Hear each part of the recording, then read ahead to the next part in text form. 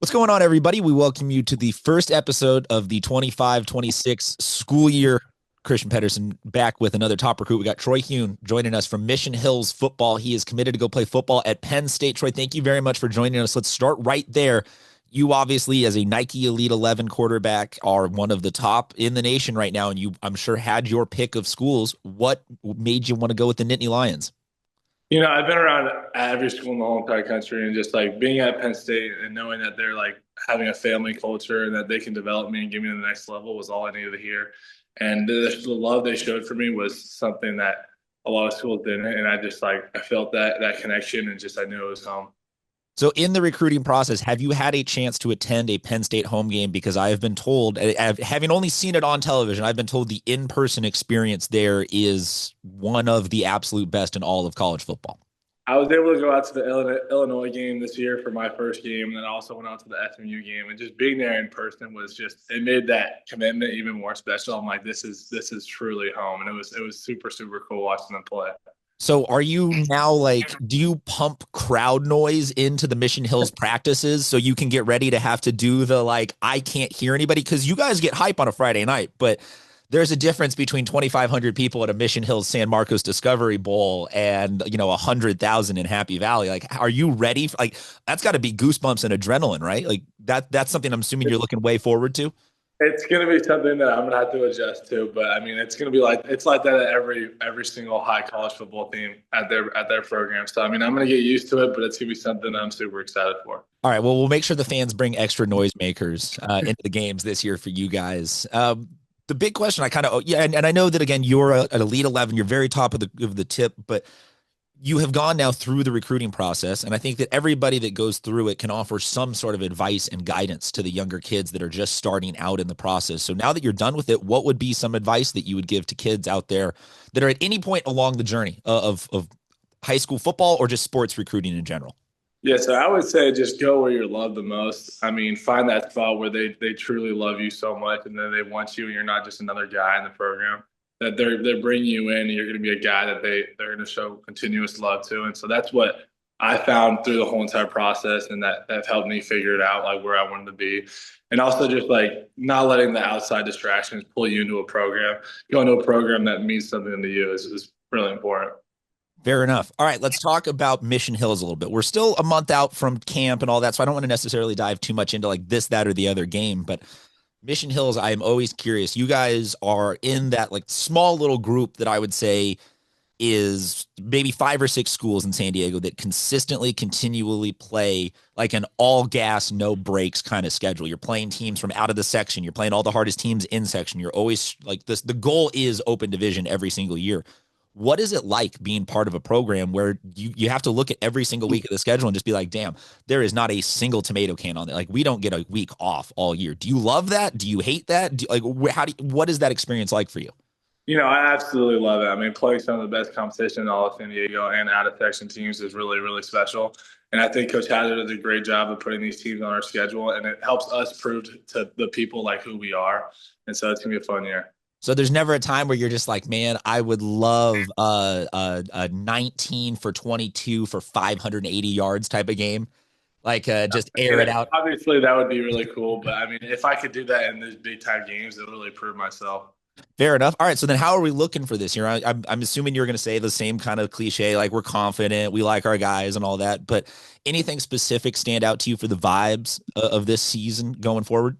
Last year we were a super young team, and I think a lot of people doubted us, and we had a heck of a year. So with everyone coming back, pretty much the receivers, the linebackers, DBs, all of them coming back, I think we're going to have a chance to make a run at it. And I think right now we're the best team in the county. And I believe that strongly. So I'm excited for this year.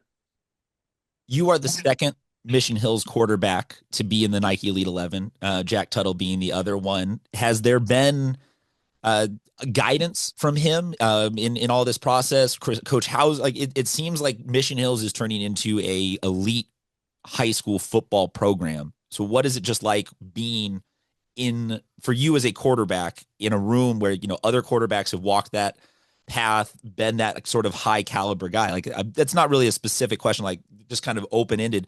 What's it like being the man, being the main guy that the offense is going to run through, being the everybody, like there's a lot of expectations on you this year. Yes, sir. It's definitely super special that I gained the trust from Coach Hauser. I mean, he's one of the best coaches of all time in San Diego County. And I think when you mentioned Jack Tuttle, he helped me in my recruiting process big time. Obviously, he was at Michigan, so he helped me get over there and all that. But he just helped me with the recruiting process in general, not just Michigan, other schools. Like he helped me decide like what's false news and all that. So he helped me kind of see like the stuff that he didn't see when he was going through it. So he helped me like really see that better. Every season I like to ask players, if you could have people come out to one game, what would it be? Is it you and San Marcos? Is the Discovery Bowl the game for you guys this year, or do you have a different one on your schedule circled where you're like, hey, that's going to be the big moment where we prove to San Diego that who we are, or that's going to be the one that I'm looking forward to the most? I think we have a few of those games on our schedule. Obviously, Granite Hills is going to be a really tough team, so we have to get through them. And then LCC is going to be also a tough team, and then along with Carlsbad. So any of those three games are going to be some special ones. And you're gonna free me. What of those are at home for you guys? Because home is a the Growl crowd comes out pretty well for you guys, I actually. think all three of those games are at home. So. Oh, bless. Oh, that's a wonderful schedule then. Sure. Well, actually, let me ask you this then. What do you like better? A big home win or a big road win? Because sometimes athletes are built a little different where they like shutting down the road crowd.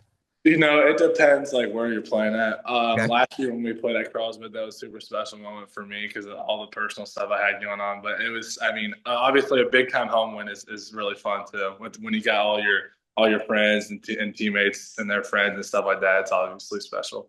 All right, you bring up Carlsbad, and that opens the door to a question that I wanted to ask. Your sister, Madison Huhn, is a Carlsbad legend, all-time scoring leader for the basketball team there. What's it like growing up in that? Was that a household where you guys had just constant sports rivalries? Are you a better basketball player than her? Can she throw a football like you? Like, what is the level of athletic competition there growing up with that? I would like to say I'm better than her at basketball, but she can obviously shoot better than me and all that. So I think she's got the basketball in her genes. And I think our whole entire family is full of athletes. The youngest one just got her first offer to UCSD, and then the other one's going to East Carolina for softball. So I think being in a house full of athletes, it pushes each other, and it helped me for the long run. Well, so then what's the sport? Like, if everybody has their own that they're the best at, like, what is the middle sport that you guys can all come together? Is it ping pong? Is it playing bags like, what can you guys do as a family that doesn't get too competitive athletically? I think in our backyard sometimes we'll do some cornhole, so that's some fun times for all of us to get together and just toss the bean bags around. Do you have to fight the urge to kind of like throw those overhanded and like just like drop back a little bit? Like, because I'm assuming you can put them pretty consistently where you want to if you threw them like a football. My dad makes me throw with my left hand, so it's Okay, deal. All right. So then if cornhole if bags ever becomes a CIF sport, I will tap the Hune family for immediate championships and all that. That's awesome though, growing up in a family where everybody is super, super athletic. So there was really no other game plan for you. That just from day one, it was some sort of sport was going to work out. Yeah, so I mean, for the longest time, it was basketball. My whole family was just all basketball here and there, and then it became baseball for me. And then as I got into high school, it was straight football. So, but being in the house full of athletes is super super special. I'm grateful for that. Well, so then when did football emerge for you? Because you said in high school, was there a moment where it all kind of clicked and you started being like, hey, I can really actually do this super well? Or what, how did that evolution take place?